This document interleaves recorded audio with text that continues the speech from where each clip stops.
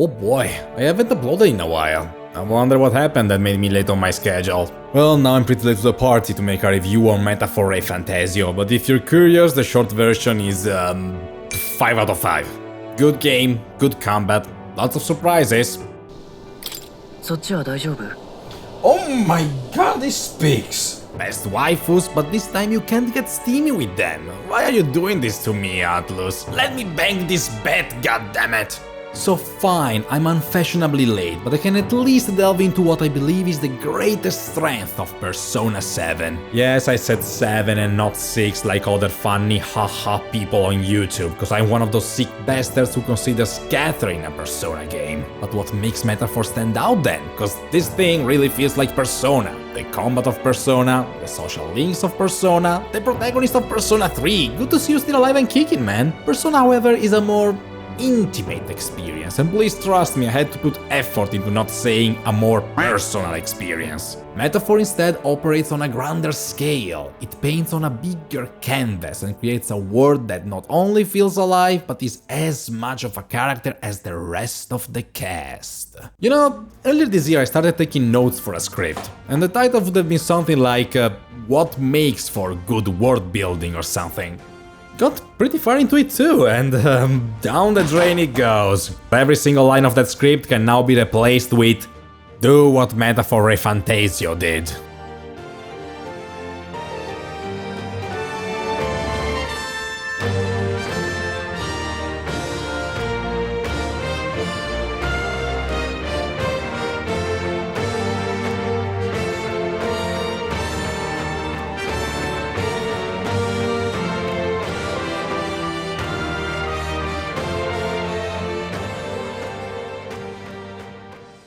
When I was a little wee kid, 2 shows aired that I would religiously watch: Hercules, The Legendary Journeys and Xena Warrior Princess. You haven't truly lived if you've never heard Lucy Lawless throwing a deadly frisbee while screaming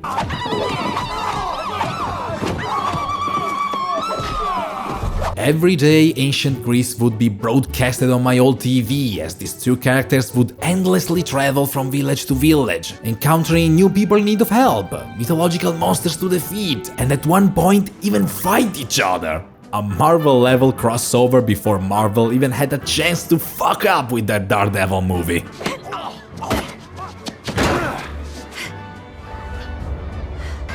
My name's Electronachios.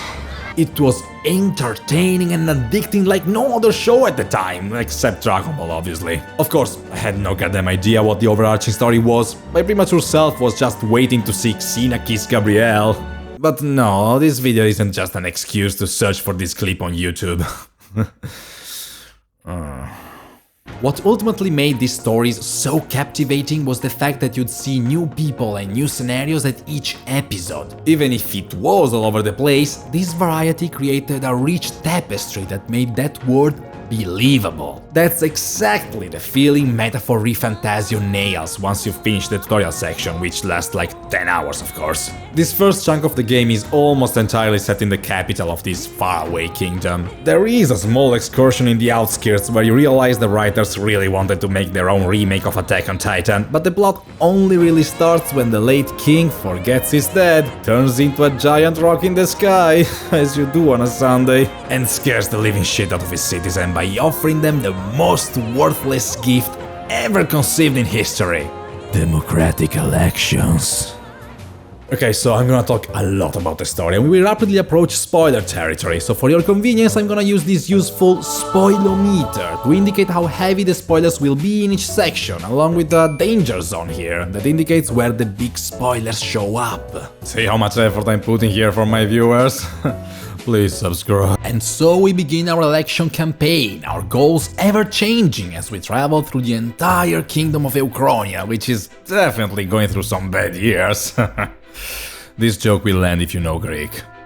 And this is where that Xena Hercules thing comes into place, because while you still have a main goal, which is saving the presumed dead prince and rightful heir to the throne, you spend most of this game embarking on a variety of tangential quests that bring you to various towns. This isn't uncommon. Most RPGs make you travel through a fantasy kingdom, but villages and cities usually act as checkpoints, separating you from your main objective, whereas in Metaphor the new regions you reach are the main goals and you have to live in them for a considerable amount of time. They feel distinct, but not too distinct. One of the things I've seen in many fantasies is using the Mario approach. Ice World, Fire World, Forest World, you know the drill. Basically hand-holding you through a plethora of vistas and landscapes that look nice, but they're so disjointed they don't feel like they're part of the same world. Metaphor achieves the right balance here between uniqueness and consistency. Each region has its own unique features, but they share enough cultural aspects, chief among them religion. As such, having a small replica of Amsterdam not far off from a medieval town creates a sense of identity that distinguishes the two towns, without striking as unbelievable. The one exception comes midway through the game, but dialogues and lore make sure that the sudden switch in our direction is motivated. Virga Island is a distant and secluded piece of land, inhabited by an extremely isolated tribe, so I understand why it looks like a village from another game. And, you know, they could have just made these nice little huts and call it a day, but nope, they went the extra mile here to truly accentuate the cultural shock the cast experiences. The font used to signal your entrance in the region is night and day compared to any other you've seen before, and the music stops the usual loud and frankly a bit obnoxious and monotone orchestral arrangement.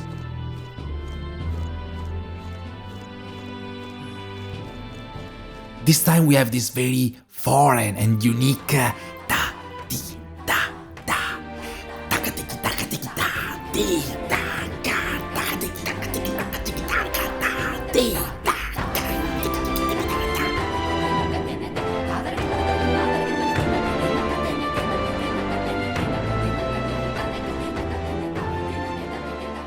Euchronia therefore feels like a real place where its idiosyncrasies aren't just random. Each region serves as a microcosm of its own, whose unique customs and laws are not lore dumped onto the player, but rather intertwined with dialogues and cutscenes in a seamless and believable way. A stark contrast from Final Fantasy VIII, for instance. That one had a sci-fi military base where kids are trained to become mercenaries across the globe right next to a small, more rural town. Come on, the US is not that close to the Middle East. Not to say that there aren't some wildly astonishing and alien areas here and there. You'll often stop at some points of interest while traveling on top of your bipedal ship thingy. Marvels of nature or remnants of ancient civilizations, you name it, we have it. There's more artistry put into these still images than in a whole Ubisoft game. They're beautiful, they're awe-inspiring, they're useless, and they're so much better because of that. What?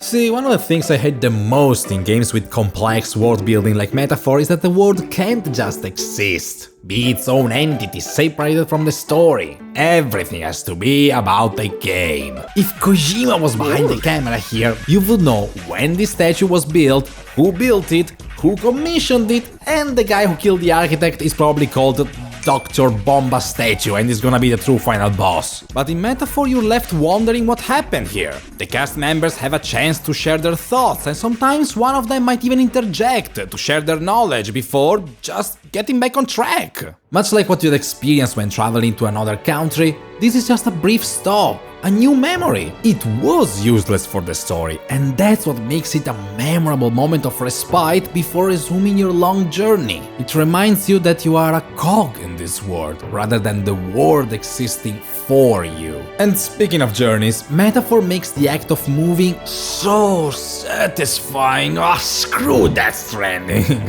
But not really like Death Stranding.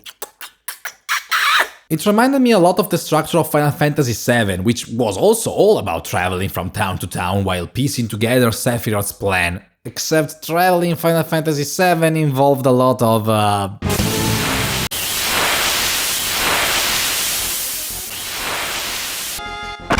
Here, you chill on the bipedal thingy, Gauntlet Runner, God, that's its name. It's such an amazing little piece of world building, and it wouldn't have worked if it had acted like a simple fast travel system with a brief cutscene playing. It carries tangible gameplay repercussions, since you could have used the days spent traveling, deepening the bonds with your social links, but at the same time, it's the only way you can reach dungeons, and on top of that, some tasks can only be performed while on board, like gardening or cooking. And the latter is another chance to develop the world building, since each recipe is for a different typical dish, and one of your companions will help you out on the account that, oh, that's the bowl of desiccated worms Mom used to make. Yummy! From a gameplay perspective, this turns the Gauntlet Runner into a strategic resource whose usage you want to optimize, but on a narrative level, it's a way to retain the sense of scope. It really makes you feel like a metaphor, man. No, okay, it makes you feel like this is a big world, because you are investing several in-game days to go from point A to point B without wasting real-time hours walking in the middle of nowhere. This thing is fucking great, I love it! I genuinely think that half the reason why Euchronia feels so genuine and real is just because of the Gauntlet Runner. It's that good, seriously. Game developers, this is the shit you need to steal for your games. And I didn't even mention how in rare occasions random encounters can actually happen and they still serve a purpose, either introducing the monster fauna of the area or pitting you against other candidates to the throne of Euchronia, which acts as a reminder that you're not just waltzing in undisturbed through this kingdom. Other NPCs are following their own agenda, separated from yours. But I have to move on here, I will never see the end of it, because all of this is meaningless if the world your game is set in doesn't empower your story. I'm so going to enjoy this part because it gives me an opportunity to compare Metaphor to one of my most hated games ever, Final Fantasy XVI. Pretend I have the actual copy in my hand. My apartment is too small and my entire collection is buried in my bedroom back at my parents' house. A believable world serves as a catalyst for the story. You don't have The Witcher without, well, all the monsters running around, the political subterfuge and the magic stuff. But I brought up Final Fantasy XVI because on a surface level it's very similar to Metaphor Refantazio. So what does the world of FF16 say? Racism is bad. Wow, what an earth-shattering revelation. At least for some people. The problem with FF16 is that the social dynamics of its world are introduced through exposition dumps that painstakingly explain to you how some people are hated because they can do magic or some shit. And on top of that, it's ultimately irrelevant to the story. The plot of Final Fantasy XVI could be set in the world of The Witcher and you wouldn't even notice it. All the world building is brushed off because what this story is all about is the relationship between the two brothers, Jimbo and Cletus. I can't remember their names, these characters are so forgettable. Metaphor instead opens up with the protagonist being insulted for having no horns, and a few moments later we witness a random guy being executed in the streets for committing the crime of being a furry. Which, you know, fair. This is all Metaphor needs to explain to you that in this world there exist multiple races and they really don't like each other. It's a short and effective way to introduce what is going to be one of the core elements of its narrative. And I can't stress this enough, this is important for the story. You disgust me. You disgust everyone. You get plenty of occasions to delve into the rampant discrimination plaguing Euchronia, but this doesn't stop the story in its tracks usually to tell you that the three-eyed people are hated because they caused a word supply shortage in mascara. Racism is inherently logical, therefore I, a player, don't need to be passively explained why it exists, but rather how I can actively challenge it through the story. And this brings us back to how this is not just flavor text. It's a narrative layer on top of which the main theme of Metaphor is built upon. The quest for Utopia. From beginning to end, the main character carries a book with him, depicting a society where there is no discrimination. People of all races and heritage can aspire to any career path under the guidance of a government elected by popular vote.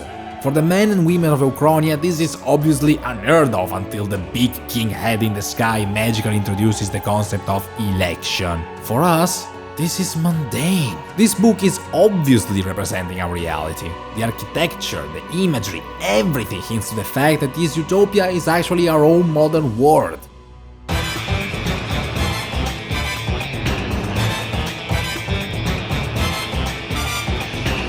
The issue is that the protagonist longs for it.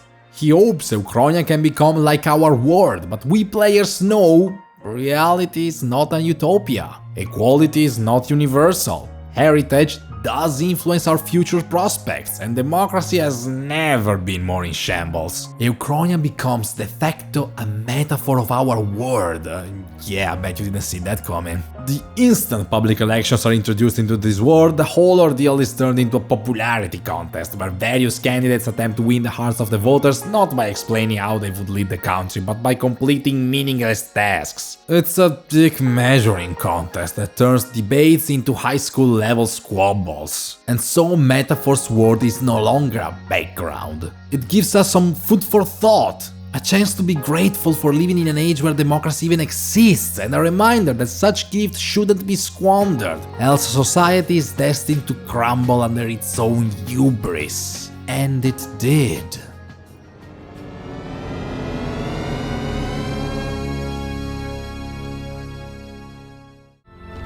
Eh?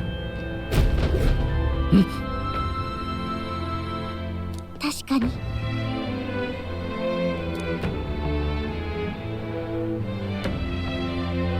Discovering that Metaphor is set in a distant future where our world has collapsed under some unclear calamity doesn't really come as a shock.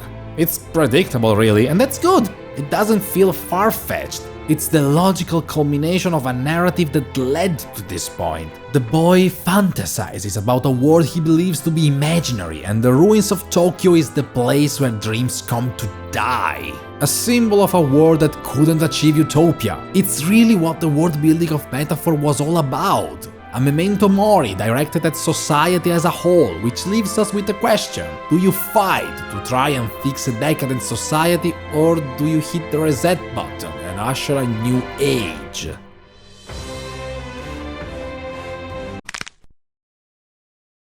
Louis Guillabert, of course he's French, is the sole main villain from the first cutscene until the end of the game, constantly scheming behind the scenes, only ever appearing on screen to execute some brilliant plan. His resolution is unfaltering.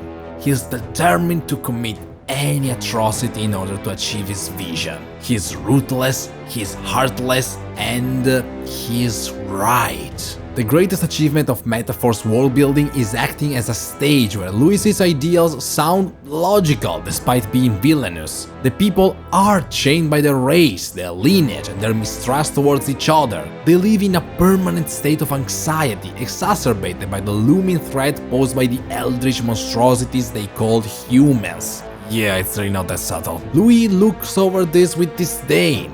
He knows that there's no way to fix this, so he decides that the best course of action is to unleash a spell that will revert the whole population to their true form.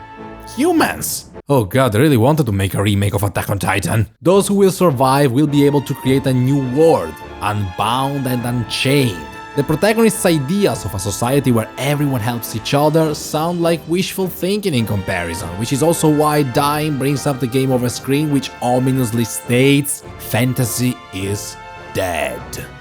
Much like Frodo's adventure was the expression of Tolkien's aversion towards industrialization, Metaphor Refantazio's protagonist is an allegory of the man that, maybe naively, tries to oppose the societal and cultural barriers that divide us.